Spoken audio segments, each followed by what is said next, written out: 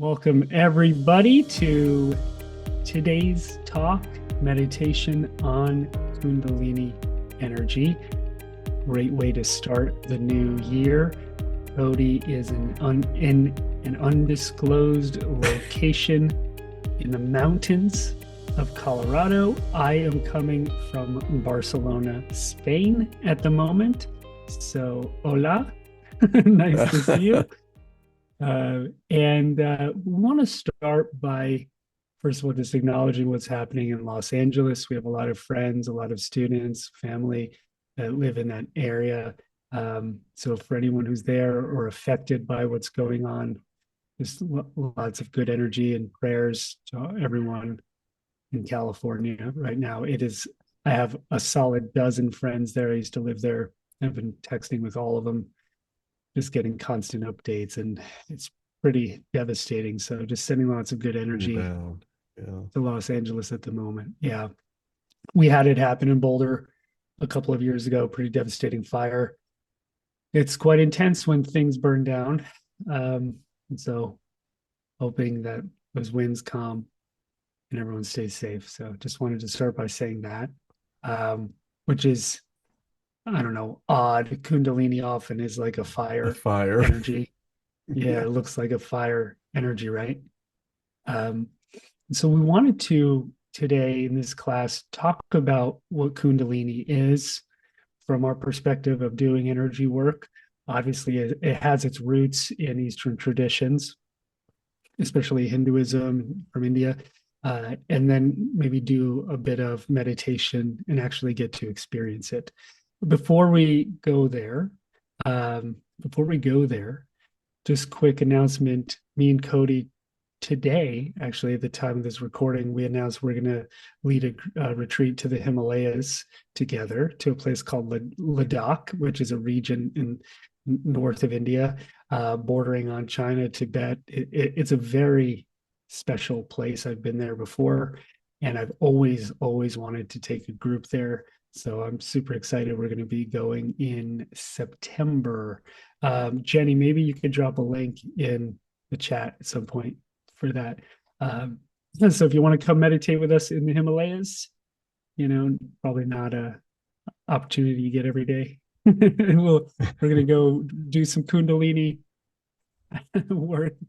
Maybe we'll find a good Buddhist monastery up in the mountains and sit and meditate for a while. We'll be doing that for a solid 9-10 days.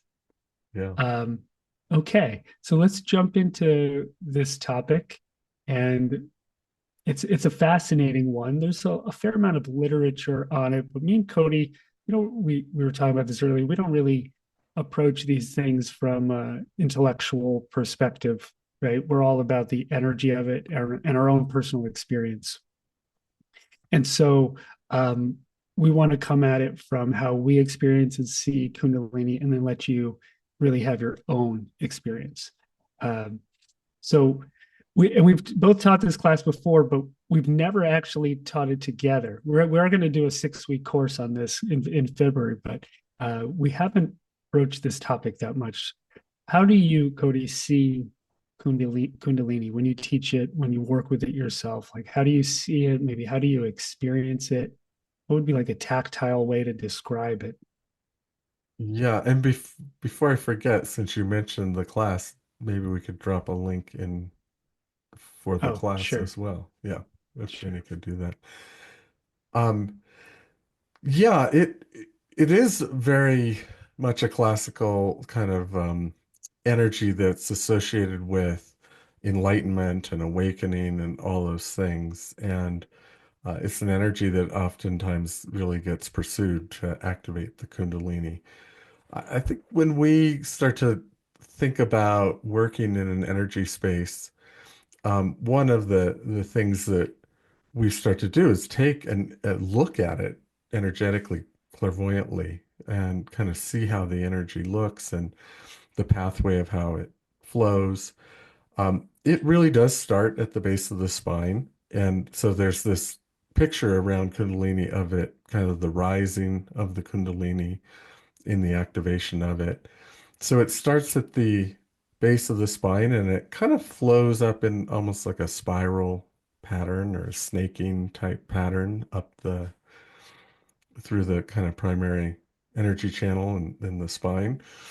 And as it rises, it tends to activate and open each of the chakras. So there's this association with, or this really thing that happens where one begins to awaken in each of the spiritual chakras and their abilities start to get activated. Um, so to see it, it really does. It looks like this spiraling energy that comes up and then into the crown chakra. And that might be the pinnacle of that awakening in the body. Um, my experience of that energy is very often when the Kundalini gets activated, it brings everything right into present time. It's a very body present energy, um, which is uh, kind of funny to say as I think about, as I say that, what I think about is some people I have encountered who had their Kundalini activate, unbeknownst to them by an outside force, or in response to something that's traumatic, because we often, our Kundalini will kind of kick on to give us extra energy.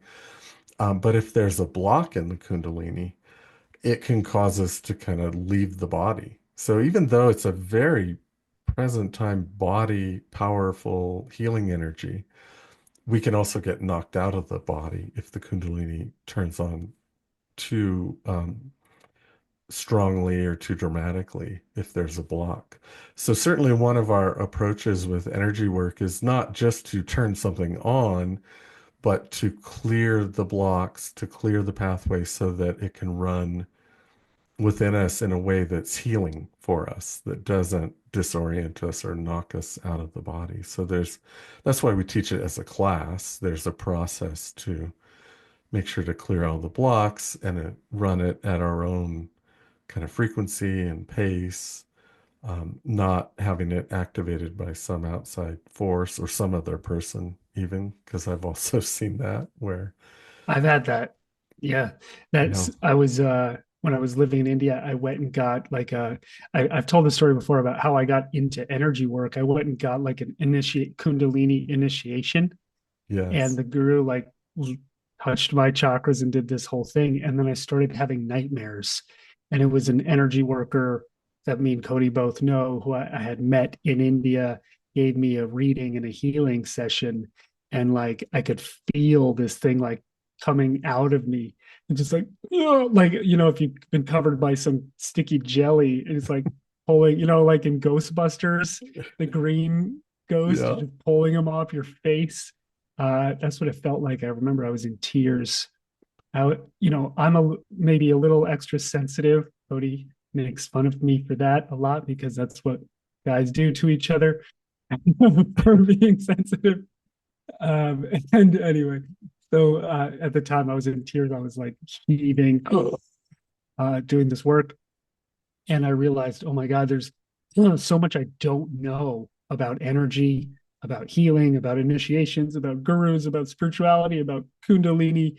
And that's how I got on this path of doing energy work, because I wanted to know and I didn't want to be the subject and the victim of whatever energy was coming at me when I wasn't aware of it. And yeah, so getting a Kundalini initiation was actually what got me on this path and kind of freaked me out. So instead of giving anyone a Kundalini initiation, uh, really, you first of all, your Kundalini probably already runs to some extent at mhm, different times. It's not likely that it's completely dormant. Maybe you've right, had Kundalini awakenings. Sometimes it feels like a lightning strike, like a electrical zap up the body, and it's like too much, as Cody was mentioning. But yeah, symbolically, it is like a coiled snake at the mhm, base of the spine. Like in India, that's the traditional image, and then it awakens, and it kind of, does these circular spiral movements upward. it And so the way to uncoils, yeah, it uncoils. And I don't like snakes that much, but okay, no. for this scenario, snake is good. So I So just to jump in go on ahead. that story because I had an experience not where I got an activation, but where a woman came to me to get a healing, where she had had a Kundalini activation in India, and then shortly after that, she got really had physical symptoms. She got kind of sick, right? So there was a block in her Kundalini that really is something I might call a death picture. So that energy started to run through that. She started to feel like she was dying. And that really became the healing that I gave her to help clear that block. She couldn't really find a way to turn it off. It had just once it was turned on, it was just on. And she came to me a couple years after her awakening and was still suffering symptoms from it. You know, Maybe we went to the same teacher, maybe. the same guru. Yeah. So yeah, so we have this symbol of the snake rising up the spine, and rarely is it so graceful that it's like, oh, I had my Kundalini awakening and all is well. It can be a very intense process, and not feel so good. And as Cody mentioned earlier, it can kind of kick people out of their body. You know, when someone's like super spiritual, they had a big awakening of some kind, and their eyes are real wide, and they're just really intense. That can happen from an awakening like this, and the vehicle gets a little bit fried, like the electrical shock is too much. And so when we work with Kundalini, we want to turn it on very kind of diligently and slowly and clear the energy that might be in the way of it rising. So if you can imagine it rising up the spine and going up through each energy center, each chakra, there might be energy in each of those areas that needs attention and that needs some healing so it can kind of pass through smoothly. Or on the other end, sometimes the Kundalini, if it rises relatively consciously, it might give those spaces a healing. So, but you know, both things can happen. And then me and Cody were talking about this earlier today. The Kundalini is rising upwards, right, towards the crown chakra and then out. So it's kind of going up towards the cosmos and evolving upward. And in every tradition, heaven is always up. We look up for our answers. God is up, right? So there's like this divine energy above us in Hawaii. Our ancestors come in through our crown. Mediums use their crown chakras to connect. So it's the Kundalini is rising up to the crown and then out of the crown. In normal everyday life, like let's say kind of everyday consciousness, which I'm always trying to pull Cody out of, you know, and just like, come on, man, get it together. But in everyday life, Get in more everyday life, spiritual? Is that what you're saying? that's right. Come on, Cody, get it together here. The our energy tends to go down. So it's like, okay, I'm worried about money or my job or my physical well-being, and then so the energy goes down to that first chakra, for example. Or I want to feel pleasure now. I want to eat a bunch of donuts. Energy goes down into the second chakra. Or sexuality tends to go down and then out, right? Or into the third chakra, where it's like I'm going to put an effort. I'm going to use my ego. I'm going to control the world. Um, and when the Kundalini rises, we're kind of turning that around and the energy is being drawn upward, right? And so maybe it's opening up creative channels, visualization, intuitive seeing, knowing this. Our spiritual abilities start to like click on. We can't, maybe we download information. We're open to oneness. There's all sorts of kind of cool things that can happen as the Kundalini awakens. And so we learn how to regulate it and almost use it as a tool like, okay, I need more right now for a specific task like healing or opening. Or actually right now I need to turn it down, like turn down the temperature so I can regain control and kind of be calm, cool, and collected.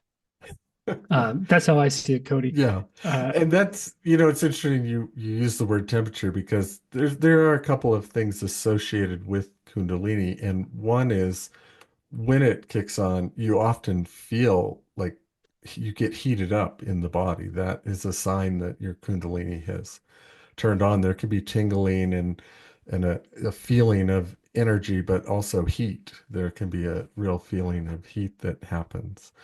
Um, and you also just mentioned like going down into the second chakra and maybe it's not just emotion, but sexuality and stuff like that. The Kundalini is associated with things like sexuality, as well as healing energies, as well as more power and enlightenment. I think one of the reasons it might be associated with sexuality is maybe that is one of the times when someone is being intimate that they have access to that greater, deeper energy. They find it through that. So it's not like this energy isn't in us all the time. It's that we aren't connected to it or uh, like letting it run all the time. There's those other downward forces maybe suppressing it and bringing us more into the not so much the body itself, but the concerns around the body, the ego side of the body versus the opening and awakening. There is this association, and maybe this is part of where if someone gets their Kundalini activated by someone else, they maybe have a little disorientation around that, or they don't feel right. There is this notion of an ego dissolving the ego when the Kundalini fully turns on. And of course, without that, you go into a pretty big growth cycle of rediscovering yourself. So a lot happens when it activates. Um, we kind of point that out, not to make it scary because it really isn't.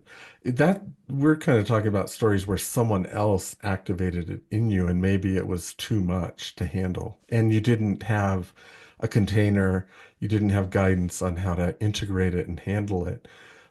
What I like about the approach of when we teach it is we're teaching you how to activate it in yourself, and you'll tend not to overactivate it in yourself. You'll tend to activate it to the degree that you're able to integrate it and handle it. So it's more of a growth process through steps versus just this huge momentary flash.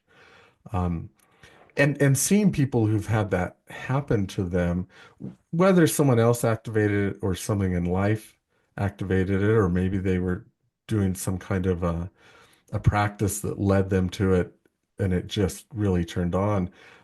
Have had a number of people over the years when I was running a center, they would come in and in many ways it's kind of this dichotomy when the if the Kundalini really gets activated, but they're not in balance because of some blocks or whatnot, where they would be on in one side totally in bliss, so they're spiritually in bliss, but on the other side their life fell apart and they can't function anymore. So then we get caught in this dichotomy that it has separated us from ourselves because it's so powerful. It was too powerful.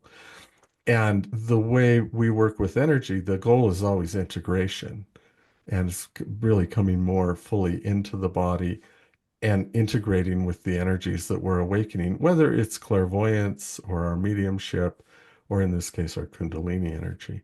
Because that, when you're integrated, that's when you have access to use it in the world for healing, for yourself, for creating.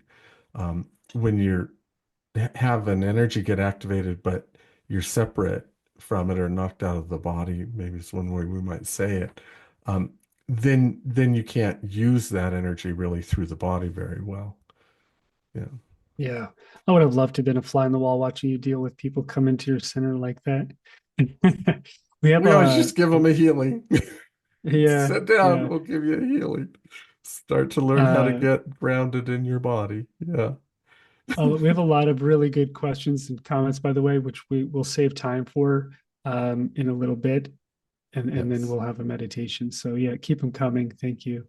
Um, I don't know why, but it reminds me of a little bit of Harry Potter. And there's like places where they ban Harry Potter because they're afraid of witchcraft or afraid of the negative effects of doing magic of some kind, right? Like there are places in America where people don't let their Right. kids read Harry Potter, which is the greatest book series of all time. There's no arguing about that. We're done that conversation. But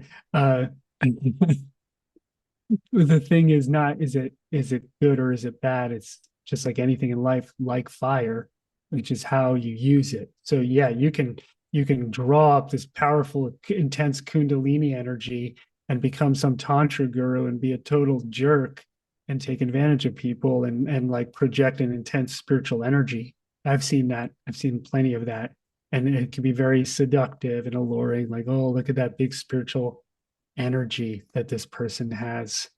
Whenever I see you, Cody, I'm like, look at that big spiritual energy. Oh my God, I just not where I'm not worthy. It's like Wayne's World.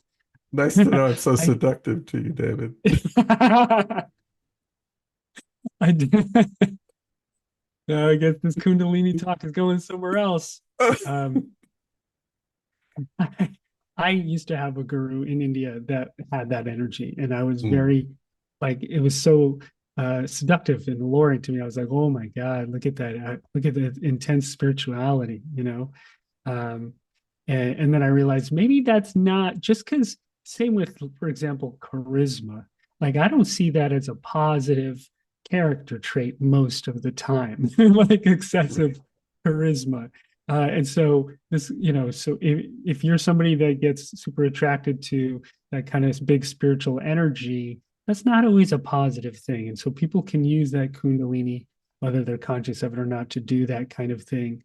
And I think the true measure of someone's authentic nature and spirituality is just how real they are, not a specific kind of energy, right? Yes, if someone is has a lot of compassion that's coming off of them, and that's true to their nature, that's beautiful. But if it's manufactured, if it's excessive, and if it's not giving you space to be who you are and where you are, then that might not actually be so healthy, right? So a healthy spiritual energy is respecting everyone else so much it gives everyone else their space, their energy, their truth, and doesn't kind of override with their energy. So sometimes Kundalini, when it's too big, that can happen. Um, uh, okay, I Yeah. digress. I No, digress from that. that's not a bad digression because sometimes I think people connect with spiritual energy or some power like that, and then they're still in a picture maybe of, well, what can I get? What can I use this for outwardly? The picture that I like to approach energy work from is it always kind of has the background of, well, where's the healing in this? So the Kundalini energy, as an example we're talking about today, I would connect with that and start to work with it through the notion of seeking greater healing and balance and alignment, not gaining power to get things. Um, is it true that sometimes you start to connect with and open up in these energies, more things come to you in life, or people are attracted to you? Sure, but that's not where you necessarily want to be coming from in terms of why you're using it, because it can get imbalanced, like you were just describing. So if we approach it for healing and wholeness and, health in many ways, or wellness, from a spirit body mindset, then everything tends to work better and everybody gets a healing ultimately. Yeah. Yeah. Maybe we can give a few practical examples of how you could use your Kundalini energy in a useful way. So it's not so kind of spiritually abstract. It's like, am I just here to let a serpent go up my spine and then go, or is there's some other reasons we could use this energy? And I could just throw out a few, like one might be I want to do some healing on myself. And so I could turn that Kundalini energy up, right? And then let it pass up through my body and maybe go to a place that needs some attention and healing, maybe even to like burn something off, Hmm. right? Or maybe I want to open up my upper chakras a bit more. Maybe they've been feeling a little stuck or closed, or there's some energy there. I run that Kundalini up through the upper chakras and move some of that energy and open them up. And we want to practice doing this consciously, right? So it doesn't just happen and we have no control over it. And so we learn in meditation how to turn it up, how to turn it down, how to find the right balance for what moment, how to use it practically, how to clear energy around it. And it becomes a very useful, let's say, energetic tool. Yeah, one Are of there the other examples that Yeah, you'd one of share? the ways that I both see it and have used it is because it really brings you right into presence. So it's like into the present moment and it strengthens one's energy. When you if you ever feel like you have no space, like the world's really in you, so to speak, you're overwhelmed, I find that sitting down and turning on the Kundalini strengthens my energy. Let's say if I'm talking about myself using it, and suddenly everything kind of gets moved out a little bit. It get some space back. So it's almost like in the way that we might speak about it, teaching someone about space, if you really start to get your Kundalini activated and you're running, you're in your energy, you kind of move everybody out of your space. But in some ways, that just could mean the world. So you have a little more space to have your own awareness, to look at your next steps, to get realigned with yourself if you've gotten out of balance with the world. So there's this real healing that just naturally comes from it. When I look at someone that is running their Kundalini, they do have that more energetic kind of look where it's a little bit attractive or alluring. But the thing that stands out to me most is that their aura is much stronger and more vibrant. Like it strengthens their energy system just by being activated in it. So it's a pretty interesting dynamic to see. Even though it's just running in the body, it's like the whole aura gets brighter and stronger. Someone's going to see and be like, "Why do you look so good?" Oh, my Yeah, Kundalini. my Kundalini. I in my early 20s, I did a tantra retreat in Thailand, and they had I'm in my early 20s. I'm like, oh, this is going to be so all about sexuality, and then most of it was just communicating feelings and then breathing techniques. And at first, I was like, oh, darn, but it turned out that's exactly what I needed and what is useful to like get your energy and body in the right place. And one of those breathing techniques, it was specifically for the rising of energy up and down the spine and awakening that kundalini. And I still use that today just to like wake up in the morning, get my energy moving, sometimes you let some of that kundalini run and it kind of helps you wake up, raises your energy. And I just remember finding it incredibly useful. Maybe during our training, we could do some of that breathing. Yeah, It's a little definitely. longer form than doing just in today's talk. We would need more time. Let's get to a few questions and then do a meditation. How does that sound? That sounds good.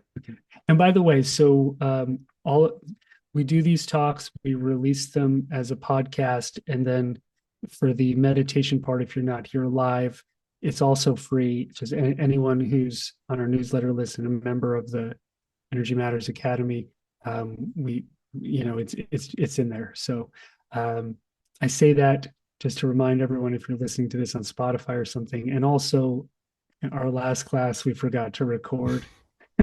I swear it was saying record. Yeah, I feel like a grandpa. I'm like, it said recording. I I thought it was saw record. it. I Already looked up saw it. and yeah, We did. The wires got with the. We don't. Where is the cloud? Where is it raining? Okay. So anyway, that happened. So we taught our last one. and If that you're was there our live, best class ever. Just I will just say, it's gone into the ethers. You have to go to the Akashic records with a headlamp to to find get it. it. Yeah, So, dig it out. all right, let's get into that. That would be interesting. That's a great Let's, image. yeah, I'm Digging here through the looking for a Akashic records. class. Where is Yeah, that fourth chakra class talk they did? we'll redo it one day. Yeah. How do you tell the difference between Kundalini and physical pain in the lower back area? I don't know how to answer that. Kundalini is an energy. There's an energy. Can it cause pain if it turns on too quickly and intensely? Sure. But I think it's something that as you become aware of your subtle energy body in general, your aura, your energy centers, there's a training that's involved. and a sensitivity that gets cultivated over time. So it's not like I could say, look for these three symptoms to know the difference between Kundalini awakening or sciatic, just a normal sciatica or whatever. I would just say that it's a form of sensitivity training to energy. And so in the Indian tradition, we have what they call a gross body and a subtle body. Gross, not meaning like ew, but like material. So we have the material body and then we have the energy body. And in that energy, we have many energy bodies. We have an emotional body and a mental body. And we could do actually a There's class on all the energy yes, bodies. there's That'd be multiple. a good class. Yeah. You have It would more be a than good one class. body. Yeah, Yeah. To be somebody, you have to have many bodies. anybody's. The, On the many that body problem. The many body on problem. that That's a new show note, on Netflix. if there's pain, my what I would suspect is that that energy's hitting a block. So I would associate pain with a block, and our Yeah. goal would be to clear that block and let the energy flow freely.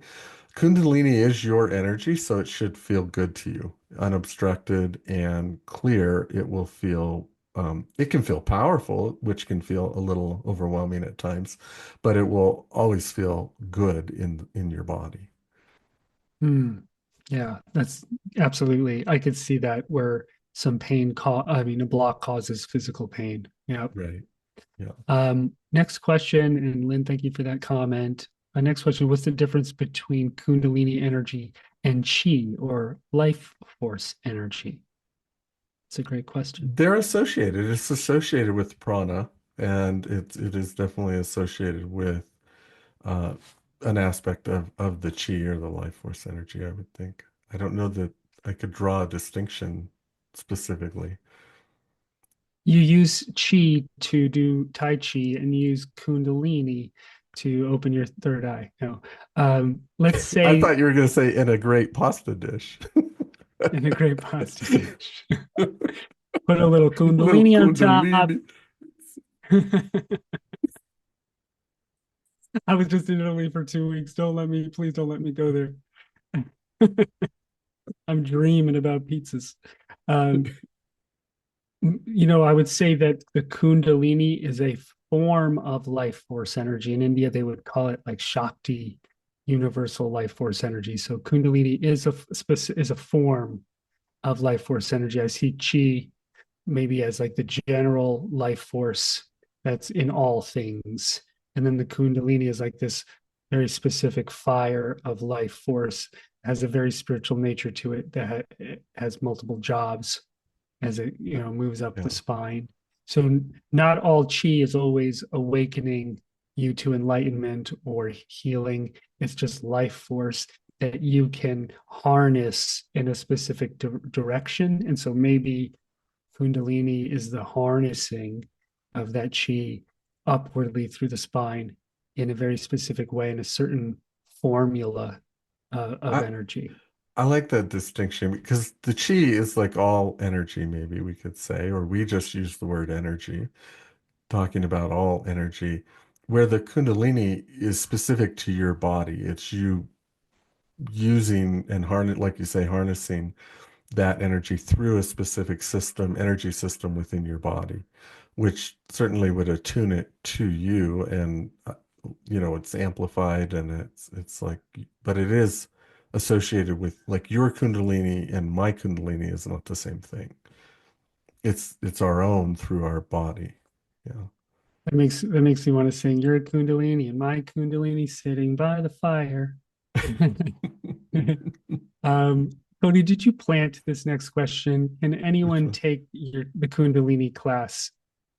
Um, Yeah, I I talked to Jose earlier and yeah, to just ask this question. yeah. We did create the curriculum for it to be open to everyone. Everyone has Kundalini energy. If you're interested, that means there's maybe something already arising in you. So we're gonna keep it safe and fundamental, but also, have sometimes you can have a very profound experience. There is a specific Kundalini class we would teach to advanced students who have a bunch of training.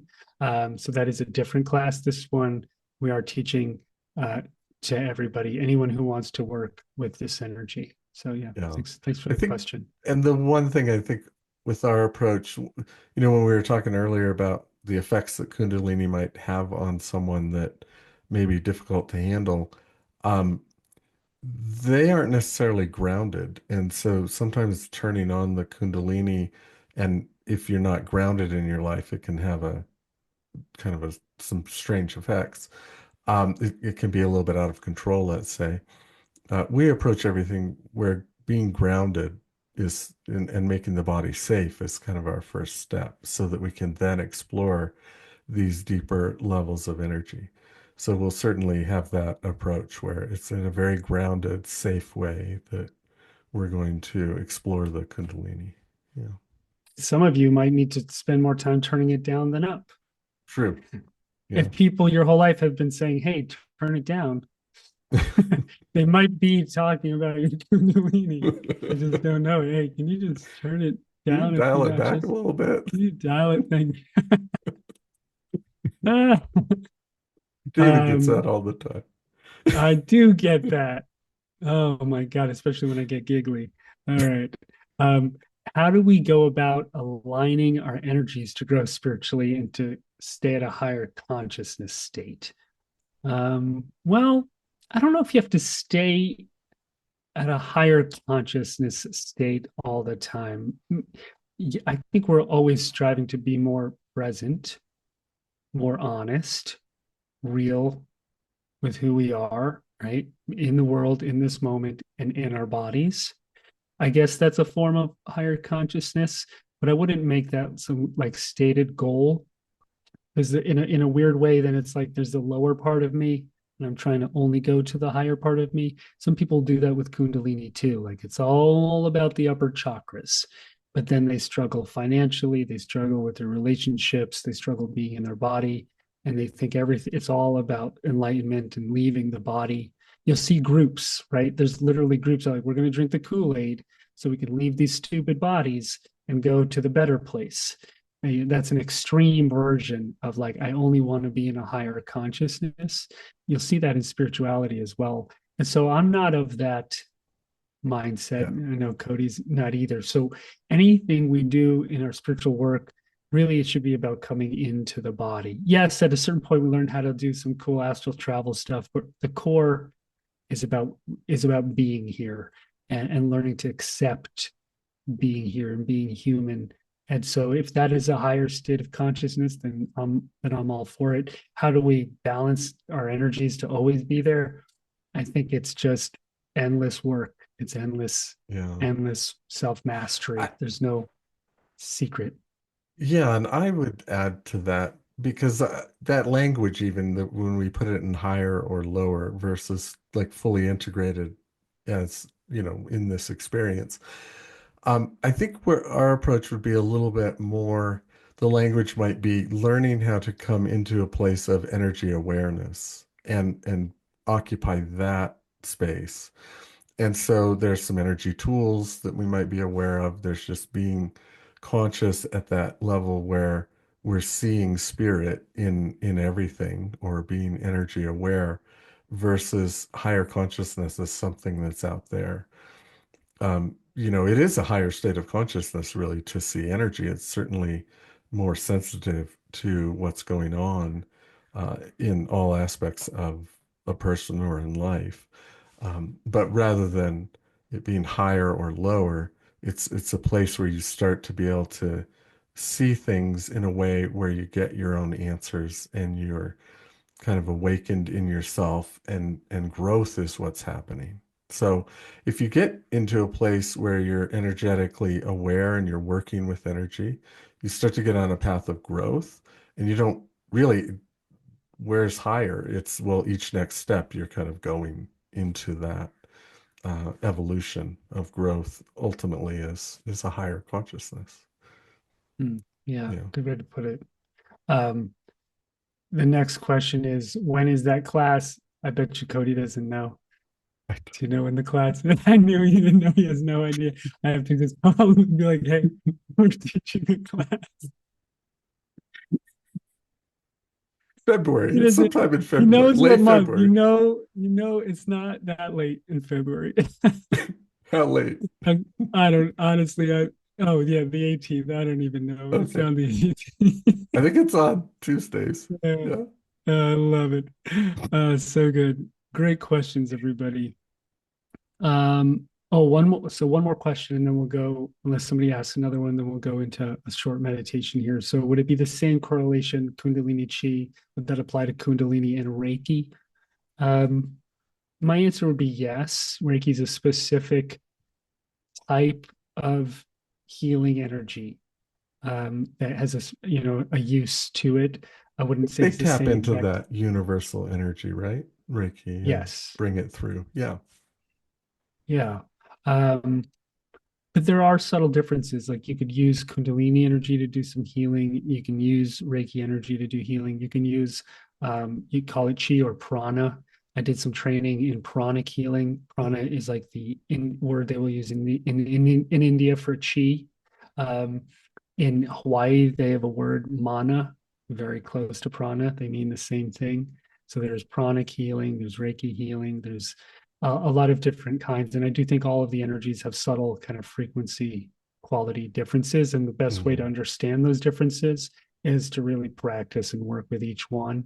And you can get a sense of them through experience. It's me telling you what color they are or how fast they vibrate or something like that. I don't think is that useful. Uh, it's really about experiencing it. Yeah. Um, Cool. I remember I was taking a Reiki training in India once and I was getting such a healing. I was with my buddy. At one point, we started laughing so hard, like we couldn't stop. The entire class just exploded. And for like a solid 15 minutes, everyone in the room was just on their backs, just laughing hyenas. And it just the healing just popped some energy. And this huge group of strangers just couldn't stop laughing over no one knew what. That was a It's fun funny when one. that happens. I've had that happen in classes. It's just you connect with some of Yeah. these energies and there's joy and it can be a little giddy.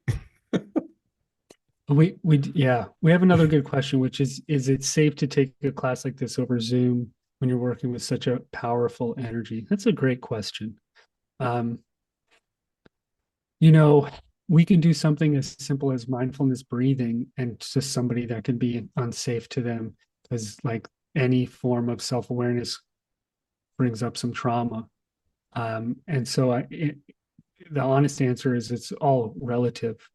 And so my advice would be if it feels even on the periphery of unsafe, then maybe it's not the class you should take, or like this isn't for me. You log off. So you have to ask yourself that question. I think for the vast majority of people, it's totally fine, and we do it in a very safe way. Right? We turn it on very slowly, and if at any point in that process you don't feel good or feel safe, then that might be a moment you pull back. um, but because the world of teaching online is what it is, there's no way we could possibly check in on everyone. And even in person, if we had a group of 50 people or 100 people in a room, it would be hard for us to look at each one and know if on what's going on the inside at any one given moment. But that my advice would be if it feels unsafe, if you feel unready, any of that, then I wouldn't do it. I just wouldn't do it. But if you're excited, it feels calm and grounded. And by the way, we do a lot of grounding exercises so we can manage this energy properly. But if you don't feel safe, don't do it. That would be Yeah. my advice.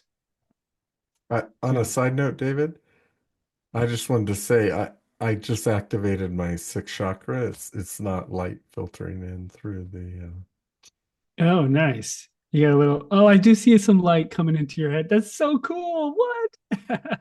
All of a sudden, of this course beam from the of light just window. hit Cody's chakra.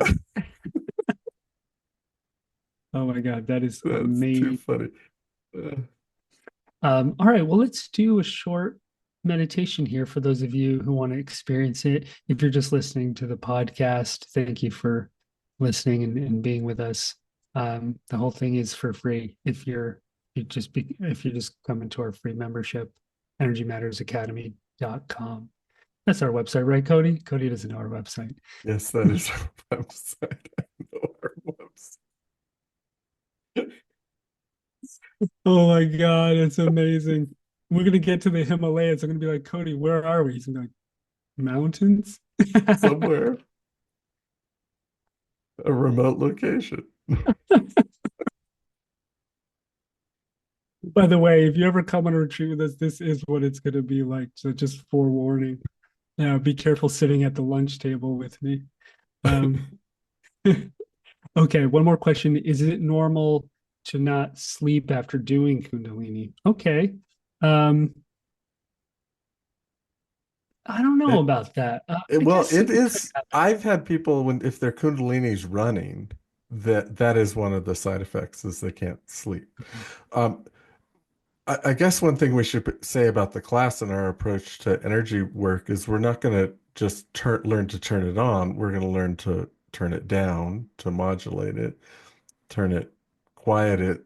If that is the effect it has on you, then you will learn also to subdue it and make it, And how to cool it off. yes, Yeah, cool it off. So, yeah. that's if so. For example, it's much more likely somebody's Kundalini is already out of control and that the tools help you control it, then Yes. it like gets ignited in a way that you can't control. So that's my experience usually with these things. If like somebody comes to me with a debilitating fear around meditating, I'm like, well, you're already in a bad place.